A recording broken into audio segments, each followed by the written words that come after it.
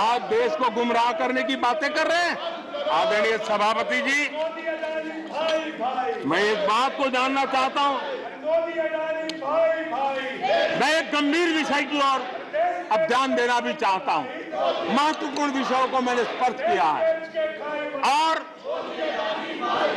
आज देश में आर्थिक नीतियों की जिनको समझ नहीं है, जो 24 घंटा राजनीति के सिवा कुछ सोचते नहीं है, जो सत्ता के खेल खेलना यही जिनको सार्वजनिक जीवन का काम दिखता है, उन्होंने अर्थनीति को अनर्थ नीति में परिवर्तित कर दिया।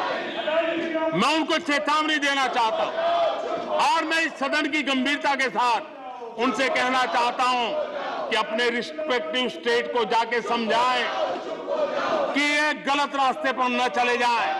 हम हमारे पड़ोस के देशों का हाल देख रहे हैं कि वहां पर क्या हाल हुआ है। अनाप शनाप कर्ज लेकर के किस प्रकार के देशों को डुबो दिए गए। आज हमारे देश में भी तत्कालीन लाभ के लिए अगर भुगतान करेगा तो आने वाली पीढ़ी करेगी। हम तो कर्ज करो जीपीओ वाला खेल आने वाला देखेगा।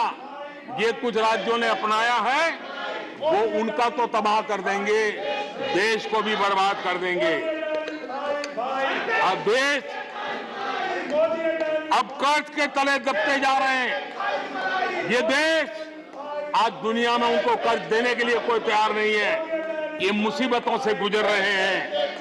मैं राजनीतिक वैचारिक मतभेद हो सकते हैं, दलों के विषय में एक दूसरे के प्रति टीका टिप्पणी हो सकती है, लेकिन देश की आर्थिक सेहत के साथ खिलवाड़ मत कीजिए।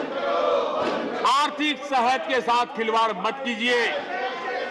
आप ऐसा कोई पाप मत कीजिए जो आपके बच्चों के अधिकारों को छीन ले और आज अपना मौज कर लें और बच्चों के नसीब में बर्बादी छोड़ के चले जाए। ऐसा करके न जाए। आज आपको पॉलिटिकली सूट का मैंने तो देखा, एक सरकार एक मुख्यमंत्री ने बयान दिया कि भाई अब ठीक है, मैं तो निर्णय करता हूं, अभी मुसीबत मुझे कहां आएगी, 2030-32 के बाद आएगी, जो आएगा वो भुगतेगा। क्या कोई देश ऐसे चलता है क्या? लेकिन ये जो वृत्ति बन रही है वो बहुत चिंता का विषय है। आदरणीय सभापति जी, देश की आर्थिक सेहत के लिए राज्यों ने भी अपनी आर्थिक सेहत के संबंध में डिसिप्लिन का रास्ता चुनना पड़ेगा और तभी जाकर के वे राज्य भी इस विकास की यात्रा का लाभ ले पाएंगे और उनके राज्यों के नागरिकों का भला करने में हमें भी सुविधा हो जाएगी, ताकि हम उन तक लाभ पहुंचाना चाहते हैं।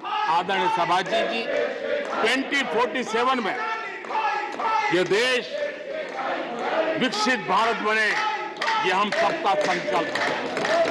140 करोड़ देशवासियों का संकल्प है। अब देश पीछे मुड़ करके देखने को तैयार नहीं है।